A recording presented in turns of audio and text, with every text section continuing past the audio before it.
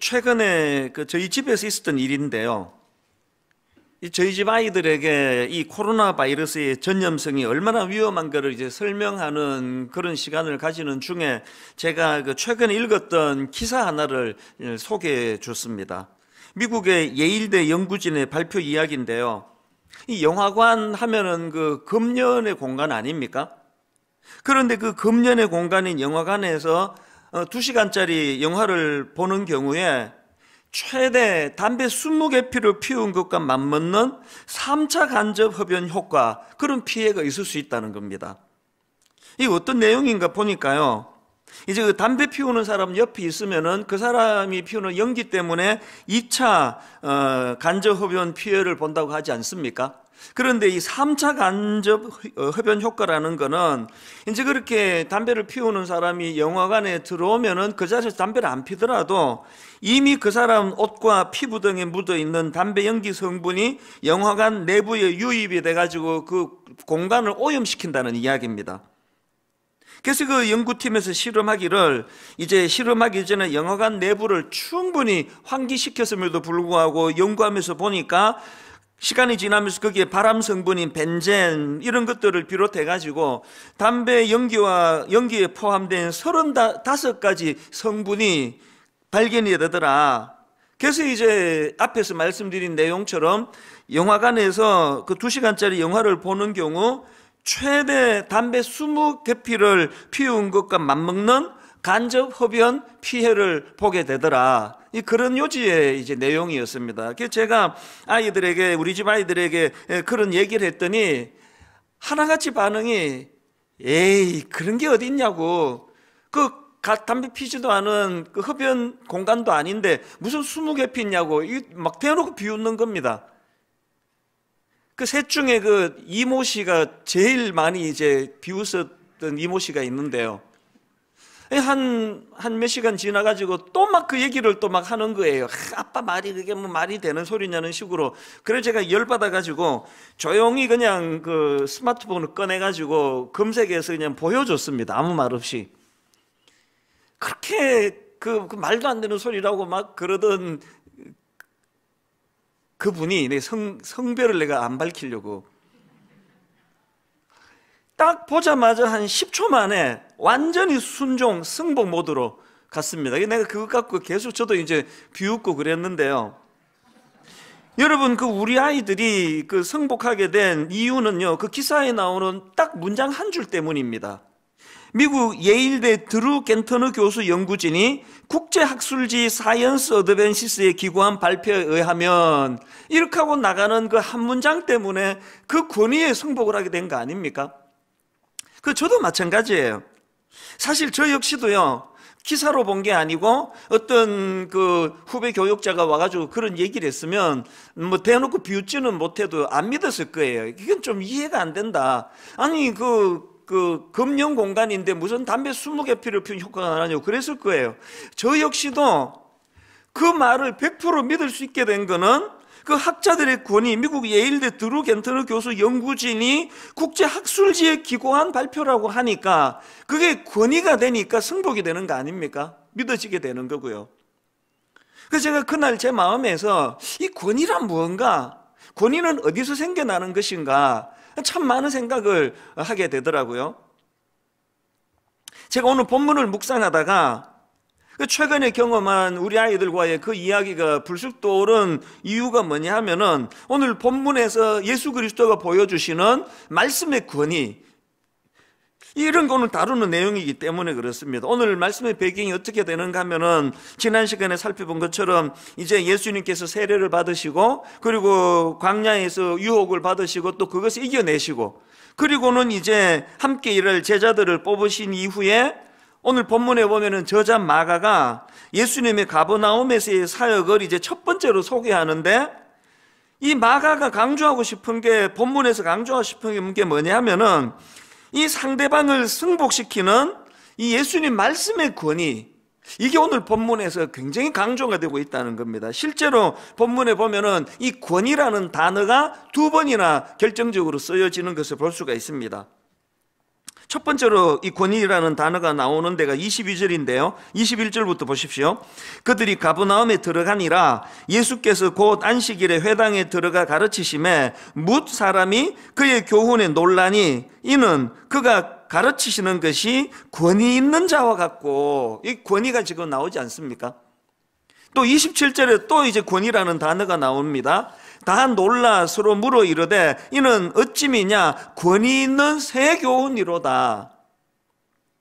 이렇게 두 번에 걸쳐서 이 권위라는 표현이 나오는데, 여기서 주목해야 되는 거는요 22절 앞부분에 나오는 이 부분을 보십시오. 뭇 사람이 그의 교훈에 놀라니, 여기 나오는 이 놀라다라는 이 단어는 헬라어로 에크플레소라는 단어인데요, 그냥 대단하네 이 정도는 이 단어가 아닙니다. 여기 에크플레소라는 단어는 막 어쩔 줄 모를 정도로 충격을 받은 상태를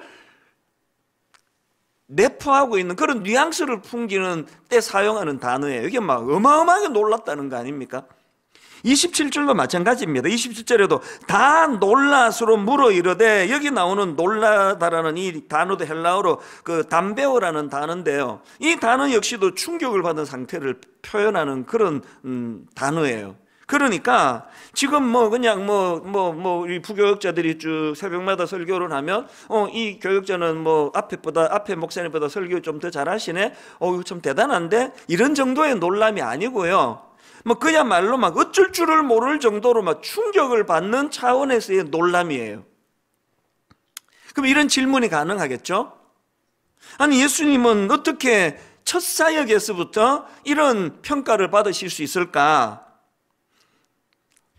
이런 질문에 대한 힌트를 저는 22절에서 발견하는데요 22절을 보십시오.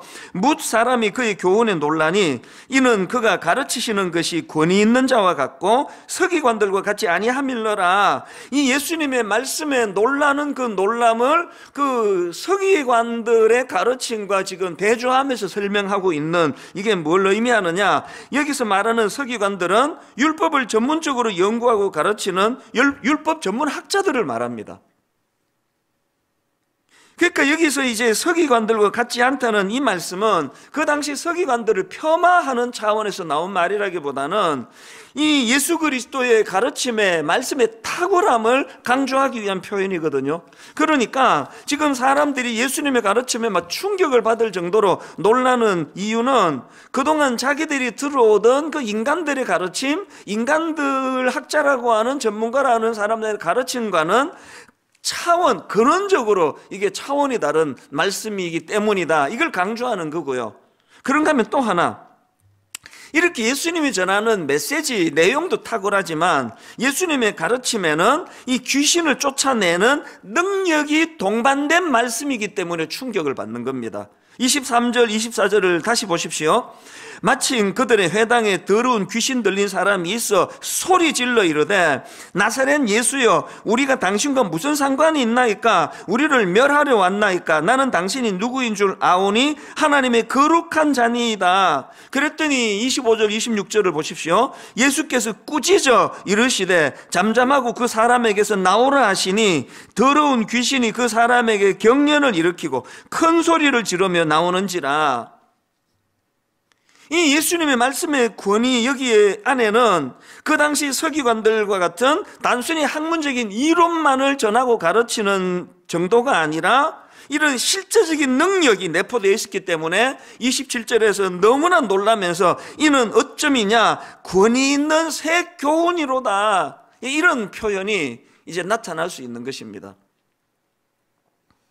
제가 오늘 이 본문 말씀을 주목하는 이유는요, 참 많은 분들이 가슴 아프게도 오늘날 강단이 능력을 잃어버렸다, 오늘 강단이 신뢰를 잃어버렸다, 이런 말들이 참 심심찮게 들려지는 그런 시대를 살아가기 때문에, 그래서 이제 참 마음이 아픈 거 아닙니까?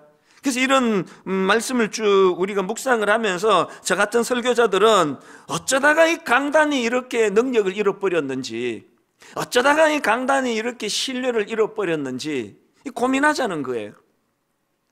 저는 설교자로서 참 이게 고민이 되는 부분이거든요. 요즘에 뭐 막 텔레비전에서도 뭐 유명인들의 강의를 들어보면 막 감탄스러워요. 그들의 지식이 대단하고요. 막 인터넷에 막 홍수처럼 나오는 너무 다양한 그런 좋은 강의들이 쏟아지는데, 오늘 강단에서 전하는 이찬수 목사의 이 설교가 그런 그들과의 어떤 차별성이 있어야 되는 건가? 뭘 회복해야 그런 강의랑은 완전히 다른 예수 그리스도의 이런 권위, 이 말씀의 능력, 이것들이 내포된 말씀을 전할 수 있을까? 저는 설교자로서 이런 고민을 하고 있다면 오늘 예배 드리시는 모든 성도님들도 똑같이 고민하셔야 됩니다. 직장에서 가정교육의 자녀들을 교육하면서 어떻게 하면 크리스찬으로서 이 말씀의 능력을 회복할 수 있을까? 우리 자녀 교육을 할 때 말씀의 권위를 가지고 이 아이들을 지도할 수 있을까? 이런 고민을 해야 된다는 거예요. 이런 점에서 저는 오늘 본문에 나오는 이 예수님의 그 말씀의 그 권위를 보면서 여기서 우리가 이런 고민에 대한 대안들을 좀 몇 가지 찾을 수 있다고 생각을 하는데요. 이걸 좀 오늘 제가 좀 나누고 싶습니다. 오늘 본문 말씀에서 우리가 발견하는 몇 가지 대안이 있는데요. 첫 번째 대안이 뭐냐? 이런 말씀의 능력을 회복하기를 원한다면 우리 삶 자체가 예수님의 권위로 더딥혀져야 된다는 것입니다. 앞에서도 말씀드렸지만 이제 두 번이나 이 권위라는 단어가 이제 두 번이나 나오는데요. 22절에서 그가 가르치는 것이 권위 있는 자와 같고, 또 27절에 이는 어찌미냐 권위 있는 새 교훈이로다. 이렇게 두 번에 걸쳐서 이 권위가 나오는데요. 헬라어로 이 권위는 엑수시아라는 단어입니다. 근데 제임스 에드워즈가 쓴 마가복음 주석서에 보면은 이 엑수시아라는 이 권위를 나타내는 엑수시아라는 단어는 주로 초자연적인 권위를 나타낼 때 사용되는 단어라고 설명을 하고 있는데요. 이 마가복음에는 이 엑수시아라는 단어가 9번 등장을 합니다. 그 중에 6번이 이 예수님에 대해서 설명을 할 때 이 권위 엑수시아라는 단어가 나오고요. 나머지 3번의 경우도 예수님이 세우신 또 예수님께 부여받은 사도들의 권위에 대해서 였다는 것입니다. 그러니까 이 마가복음에 9번 등장하는 권위라는 엑수시아라는 단어 모두가 다 이 예수 그리스도와 관련해서 예수님이 가지신 권위와 관련해서 사용됐다는 공통점이 있다는 겁니다. 그리고 더 중요한 게 뭐냐? 팀 켈러 목사님이 쓴 이 왕의 십자가라는 책에 보면은요, 이 엑수시아라는 이 단어는 오리지널에서 나온 이런 뜻을 갖고 있다는 겁니다. 오리지널에서 나온 권위. 그리고 그 책으로 말하면 이 저자에 해당되는 어원을 갖고 있다는 겁니다. 이런 설명들이 뭘 강조하는지 아시겠죠? 서기관들은요, 그들이 가르칠 때 나오는 그 말씀의 권위는 오리지널에서 나온 게 아니에요. 전통에서 배우고 율법 책에서 배우고 받은 권위를 전하는 것뿐이에요. 여기에 반해서 예수 그리스도의 이 말씀의 능력은 당신 자체가 권위이기 때문이라는 겁니다. 저는 이런 설명들을 쭉 보면서 설교자인 제가 진짜 귀담아 들어야 될 부분이 이거더라고요. 여러분, 지금 제가 전하는 이 설교는요, 제가 가진 오리지널 지식에서 나오는 게 아닙니다.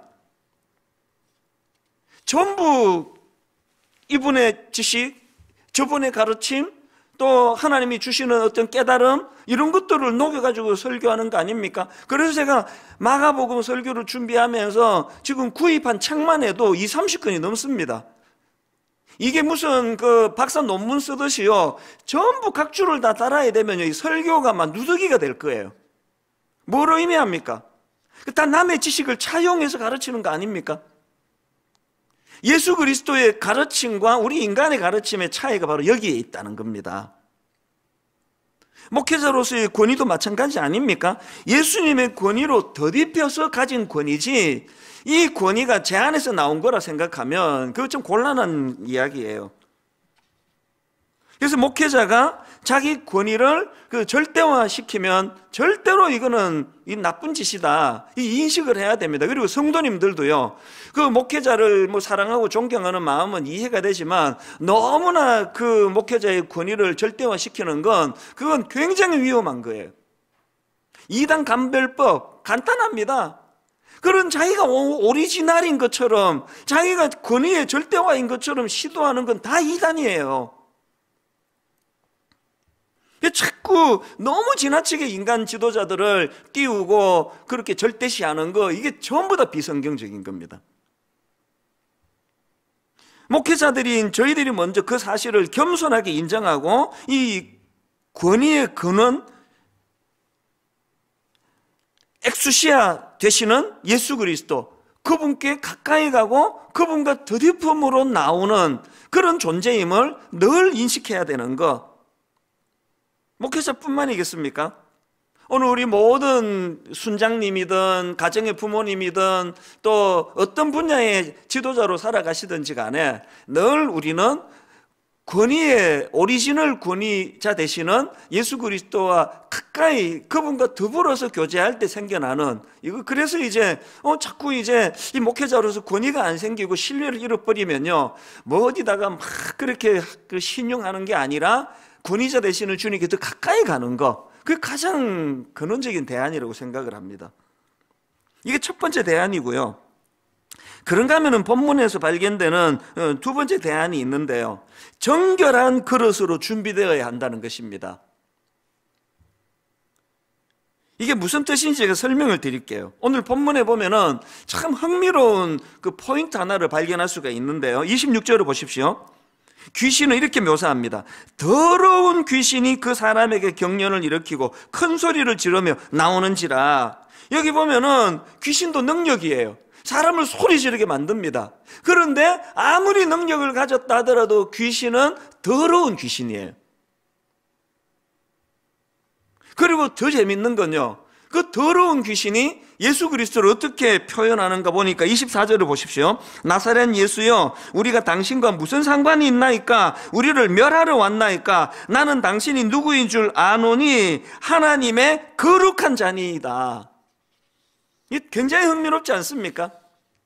이 두 대조가 뭘 강조하는 겁니까? 먼저 우리가 기억해야 되는 거, 여러분, 사단은요 사람을 더럽히는 존재라는 걸 기억하셔야 됩니다. 그렇기 때문에 그 악한 귀신이 능력이 많으면 많을수록 더 악해지는 거예요. 악한 능력이에요. 인간을 더럽히는 존재. 여기에 반해 우리 하나님은 능력 많으신 하나님이기도 하지만 그분은 거룩하신 분이에요.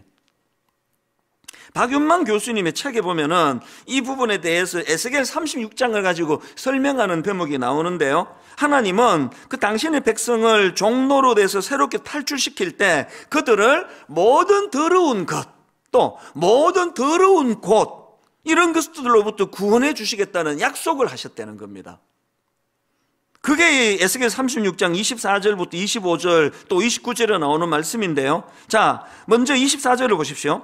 내가 너희를 여러 나라 가운데에서 인도하여 내고 여러 민족 가운데서 모아 데리고 고국 땅에 들어가서 맑은 물을 너희에게 뿌려서 너희로 정결하게 하되, 곧 그 다음 보세요. 너희 모든 더러운 것에서와 모든 우상 숭배에서 너희를 정결하게 할 것이며, 그 다음 29절도 보십시오. 내가 너희를 모든 더러운 데에서 구원하고. 꼭 기억하셔야 됩니다. 사단은 사람을 더럽히는 존재예요. 이런 의미에서 오늘 본문 24절에서 귀신이 이렇게 주님께 항변합니다. 나사렛 예수여, 우리가 당신과 무슨 상관이 있나이까? 무슨 뜻입니까? 이왕 더럽혀진 그 사람을 상관하지 말고 내버려 두라는 거 아닙니까? 기왕이 이 귀신 들린 자는 더럽혀진 자니까 상관하지 말라는 거 아닙니까? 여러분, 여기에서 진짜 중요한 메시지 얻어야 됩니다. 우리가 실수로 죄 짓고, 때로는 실수로 가지 말아야 할 곳을 가고 하지 말아야 하는 일을 하고, 때로는 내 양심이 참 내가 이런 더러운 자리에 빠졌다는 생각이 든다 할 때 많은 청소년들 사회 갈 때 보니까 그러더라고요. 목사님, 나는 이제 기회를 잃었습니다. 나는 하나님 앞에 죄를 졌습니다. 하나님은 이런 나를 이제 버리실 거예요. 사랑하지 않으실 거예요. 그건요, 사단의 공격이에요. 사단의 속삭임입니다. 이왕 더럽혀졌으니 예수님 상관하지 마시라고 하는 이거는 사단의 메시지예요. 절대로 그렇지 않습니다. 여러분, 우리가 이런 참 나 자신이 부끄럽고 초라한 자리, 죄의 자리에 빠졌다 할지라도 그럴수록 더욱더 모든 더러운 것에서와 모든 더러운 곳에서로부터 우리를 깨끗하게 해주시는 능력의 오리지널 되시는 그분을 더 강하게 붙잡아야 된다는 겁니다. 이런 점에서 여러분, 지난주에 우리 모두를 충격에 빠뜨린 그 사건이요, 그 무슨 텔레그램 N방인지 뭐 F방인지 무슨 그 듣지도 보지도 못한 이런 곳에서 그 어린 미성년자들을 성적인 노예로 만들어 협박하고 또 그래서 만든 영상을 또 돈을 받고 유포하고 이런 짓을 저지르는 사건이 벌어져 모두가 경악을 했는데, 저는요 그 사건을 보면서 빌고 또 빌었습니다. 하나님, 그 방을 들락거린 사람 중에 예수 믿는 사람 한 명도 없었기를 바랍니다. 왜 그래야만 됩니까? 우리는 더럽히는 귀신의 영향을 받는 존재가 아니라 거룩하신 하나님, 능력의 오리지널 되시는 예수 그리스도의 영향을 받는 주님의 자녀들인데 어떻게 그런 악한 영향을 받으며 기웃거릴 수가 있겠냐는 겁니다. 혹여라도 그런 시도라도 하신 분이 계시다면 오늘 여러분, 더러운 그곳에서 우리를 건져내시기를 원하시는 십자가를 의지하고 은혜로 그것을 완전히 죄된 자리를 끊어버리는 능력을 경험하게 되시기를 바랍니다. 왜 이게 중요합니까? 지난 그 위기의 때에 드리는 21일 기도회, 이게 지난주 수요일로 끝이 났는데요, 제가 오늘 이 말씀을 묵상하다가 보니까 그 주간에 전했던 말씀이 너무 내 마음을 격동시키는 겁니다. 아마 참여하신 분 이 말씀 다 기억하실 겁니다. 요수아 3장 5절, 요수아가 또 백성에게 이르되 너희는 자신을 성결하게 하라. 여호와께서 내일 너희 가운데 기이한 일들을 행하시리라. 제가 저기다가 너희는에다가 강조점을 두고 여호와께서에다가 강조점을 둔 이유가 뭐겠습니까? 뭘 구분하고 싶었던 걸까요? 이제 꿈에도 그리던 목적지 가나안을 향해 달려가는데 이제 그 악한 적들과 싸워야 되는데 하나님이 하실 일이 있고 우리가 할 일이 있다는 거예요. 하나님이 하실 일은 뭡니까? 하나님은 우리 생각과 우리가 가진 것들을 뛰어넘는 기이한 일, 놀라운 일, 하나님께서는 깜짝 놀랄 일들을 행하실 일이 그게 여호와께서 하실 일이고요, 거기에 반해서 우리는요 스스로를 성결하게 하는 겁니다. 오늘 교회의 문제가 어디서 나오는 겁니까? 자꾸 우리가 뭐를 해보겠다고, 기이한 일을 해보겠다고, 우리가 놀라운 일을 해보겠다고, 여기서부터 다 문제가 생기는 거예요. 놀라운 일을 하나님이 하시는 거예요. 우리가 할 일은 그 하나님을 기대하는 것, 그리고 그 하나님을 기대하며 꿈을 꾸는데 어떻게 그런 N방인지 무슨 이상한 방인지를 기웃거릴 엄두가 나지 않는 거 아닙니까? 우리가 할 일은 성결이에요. 거룩하신 하나님을 닮아가는 거거든요. 그렇기 때문에 저는 디모데후서 2장 20절 21절은요 모든 그리스도인들이 이 마음의 중심에 새겨야 될 말씀이라 생각합니다. 큰 집에는 금그릇과 은그릇뿐 아니라 나무그릇과 질그릇도 있어 귀하게 쓰는 것도 있고 천하게 쓰는 것도 있나니 그러므로 누구든지 이런 것에서 자기를 깨끗하게 하면 귀히 쓰는 그릇이 되어 거룩하고 주인의 쓰심에 합당하며 모든 선한 일에 준비함이 되리라. 이게 세상의 가치관과 결정적인 차이라 생각합니다. 세상은요 꽁 잡는 게 매라 그래요. 무슨 짓을 저질렀든지 그냥 뭐 이루기만 하면 된다 생각합니다. 큰 그릇 떼기만 하면 된다 생각합니다. 그러나 하나님의 시선은 그가 얼마나 큰 그릇을 만들었냐에 있지 않고 그가 깨끗한가? 제가 몇 주 전에 미자리교회 월세 대납 운동을 시작하면서 그때 설교 시간에 찬양 부르고 나서 제가 강조하며 던졌던 메시지 기억하십니까? 지금 너무너무 많은 분들이 지금 미자리교회 월세 대납 운동에 동참하시고요, 막 깜짝깜짝 놀라는 그런 뭐 현재로 제가 보고받기로 뭐 이것저것 다 합쳐가지고 26억 원인가 들어왔거든요. 이 막 어마어마한 헌금이 들어오는데 제가 여러분 이 점에 다시 강조합니다. 얼마나 큰 금액을 헌금하는 것보다 더 중요한 건 어떤 중심으로 하느냐예요. 아이고 그냥 월세도 못 내는 그 불쌍한 사람들 우리가 도와야지, 그런 마음에 헌금하지 마세요. 이건 그 정신이 아닙니다. 그 큰 그릇에 노출되어 있는 사람들이 가진 오염된 생각이에요. 저는요, 많은 그 미자립 교회 목사님, 특히 그 사모님들을 만날 때마다 저는 늘 감동을 느껴요. 지금 사모님이 그 몸부림쳐 직장에서 그 수입을 만들지 않으면 그 집안의 생계가 막막할 정도로 어려운데, 그리고 지금 교회에 그 임대료를 낼 수 없는 그런 상황인데도 불구하고 얼마나 하나님 앞에 바르게 살아보려고 애쓰고 정말 진실하게 목회하려고 애쓰는 많은 목사님을 만나거든요. 그러니까 여러분, 우리가 이렇게 미자립 교회 월세 대납 운동을 한다는 거는 그들 안쓰러운데 우리 큰 교회가 도와야지, 이런 정신은 큰일 날 정신이에요. 존경해야 돼요. 진짜 존경해야 됩니다. 너무나 열악한 상황 속에서도 하나님이 기뻐하시는, 하나님의 교회를 섬기고자 그 몸부림치는 그 수많은 우리 작은 교회 목사님들에게 우리가 조금이라도 힘을 보태드리고 싶어하는, 하나님은 큰 그릇, 큰 그릇, 은그릇 이런 걸로 구분 짓는 분이 아니시라 깨끗한 그릇을 원하신다고 한다면 우리 모두가 다 이제 우리가 잃어버린 이 강단의 권위, 수많은 그리스도인들이 잃어버린 이 언어, 말씀의 권위를 되찾기 위해서는 우리 내면이 주님의 거룩하심을 닮아가는 그런 몸부림이 필요하리라고 믿습니다. 마지막 세 번째로요, 오늘 본문에서 발견되는 대안이 하나 더 있습니다. 바로 이 예수님의 통제 아래 놓여야 한다는 사실입니다. 본문 25절을 보십시오. 예수께서 꾸짖어 이르시되 잠잠하고 그 사람에게서 나오라. 예수님의 이 명령에 그 사람에게 악한 영향을 미치는 귀신과의 격리를 말하는 거 아닙니까? 그 사람에게서 나오라, 이 영향력의 문제예요.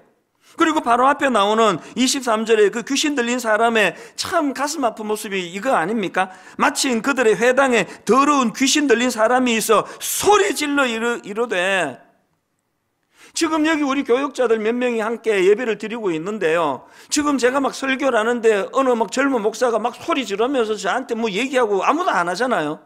이 시간에는 그러면 안 되는 시간이니까요.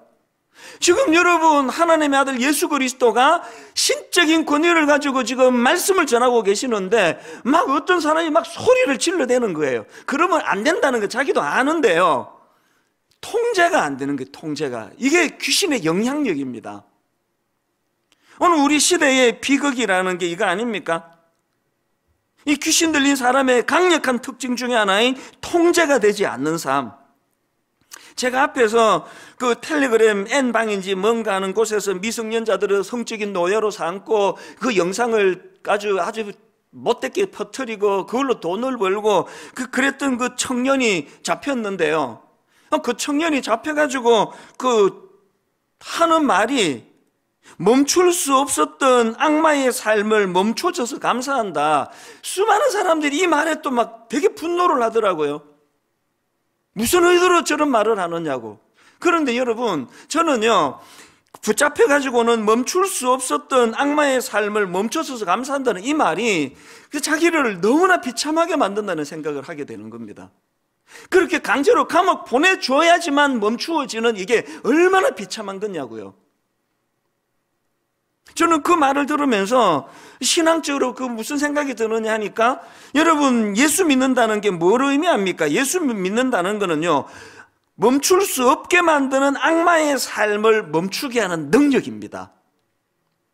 누가 저보고요, 이 목사님, 당신에게 예수님은 어떤 존재입니까? 이렇게 물으신다면요, 저는요, 숨도 쉬지 않고 대답할 답이 있습니다. 저에게 예수 그리스도는요, 제 삶의 억제력이세요. 억제력. 탐심이 찾아올 때 억제하시는 억제력. 누구에 대한 분노와 울분과 미움이 찾아올 때 억제하게 만드는 것. 내 안에 욕망이 찾아올 때 그걸 억제하게 만드시는 능력. 그 예수 믿는 사람은요, 붙잡혀가지고 감옥 가가지고 이제야 억제할 수 있어서 다행이다, 감사다, 이런 말 하면 안 되는 거예요.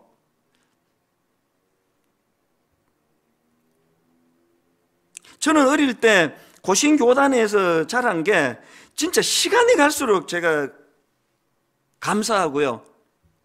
늘 제 마음에 그런 고신교단에서 자란 거에 대해서 하나님께 감사해요. 왜냐하면 굉장히 엄하게 신앙교육을 시켰기 때문에요. 뭐 술, 담배 이건 뭐 상상도 못했습니다. 그래서 뭐 막 그 술 마시고 싶고 담배 피우고 싶고 이런 마음이 찾아올 때마다 저에게 가르쳐준 그 고신교단의 신앙교육의 핵심은 억제력이에요. 그 뭐 그냥 뭐 담배 피지 말라는 게 성경은 어디 나오느냐, 뭐 술 마시지 말라는 게 어디 나오느냐, 그렇게 복잡할 거 없습니다. 그 못된 니코틴, 그 못된 담배 연기를 이 거룩한 성전이 내 몸 안에 들이지 않기 위하여 몸부림을 치는 거예요. 억제력, 억제력. 제가 옥하는 목사님 만난 걸 복이라고 생각하는 여러 이유 중에 하나가 30대 초반에 담임 목사님이신 옥하는 목사님을 지켜보면서 아, 목회자의 길은 억제력이구나, 이걸 가르치신 분이에요. 근데 하고 싶다고 내킨다고 다 하면서 살 수 있는 게 아니구나, 이걸 저는 그분에게서 배웠거든요.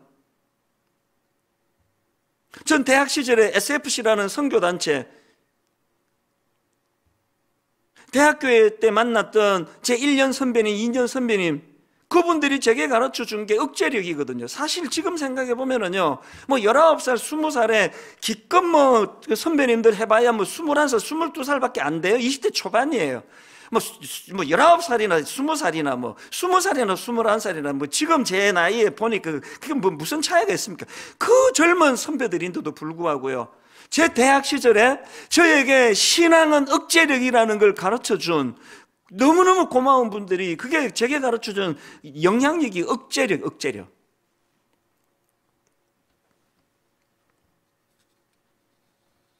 저는 수많은 그리스도인들이 직장에서 이런 평가를 받으면 좋겠습니다. 캠퍼스에서 쟤는 뭐 실수하는 모습이 보여도 쟤는 지적 안 해줘도 돼. 우리가 지적 안 해도 좀 지나면 지가 알아서 고치더라. 이게 그리스도인이 받아내야 되는 가장 중요한 모습이라고 생각합니다. 왜 지적 안 해도 됩니까? 내 내면에 함께 그 하시는 예수 그리스도과 성령의 은혜로 그것을 깨우쳐 주셔서 이거 아니지 참, 가다가도 제자리로 돌아올 수 있는 억제력을 가지는 게 이게 신앙이거든요. 지금 본문에서 귀신 들린 자가 가지고 있는 비참함이 그거 아닙니까? 소리 지르면 안 되는 그 분위기에서 알고 있는지 모르고 있는지가 중요한 게 아니라 그거를 절제할 수 없이 소리를 지를 수밖에 없는. 그래서 고린도전서 9장 25절에 보니까요, 이기기를 다투는 자마다 모든 일에 절제하나니, 이기기를 다투는 자마다 모든 일에 절제하나니. 우리 젊은이들이 특히 분당 우리 교회에서 지금 자라는 우리 청소년들이 특히 오랜 세월이 지나고 내 어린 시절, 내 청년 시절을 분당 우리 교회 자란 게 진짜 복이었다. 이 길을 다투는 자마다 모든 일에 절제해야 된다는 그 가르쳐준 교회이다. 이런 답이 나올 수 있기를 저는 간절히 바랍니다. 여러분이 세 가지요. 첫째가 예수님의 권위로 덧입고, 둘째가 정결한 그릇으로 준비될 뿐 아니라 세 번째로 예수님의 통제 아래 놓이는 삶. 이 모든 것들이 가능하기 위해서 제가 오늘 설교 제목으로 정했던 예수님의 권위 아래 놓여 있는 삶, 이것을 회복하게 되시기를 바랍니다. 여러분, 제가 수없이 말씀드리잖아요. 예배가 능력이라고, 이론이 아니라고.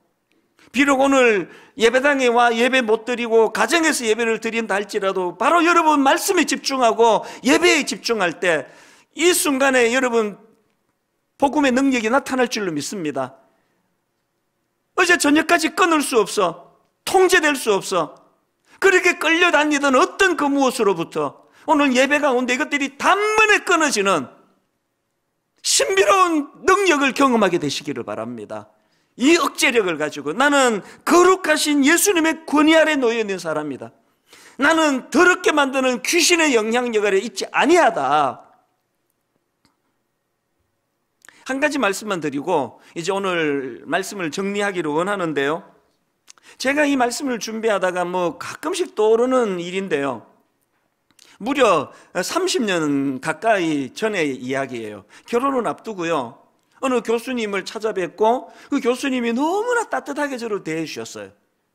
얼마나 정성껏 식탁을 차려 대접을 하고, 그리고 또 두둑하게 그 축의금이라 그러면서 그렇게 경력금도 많이 주시고 덕담도 많이 나누었는데요, 그 대화 중에 그분이 내뱉은 한마디가 내 가슴에 비수로 남아 있습니다.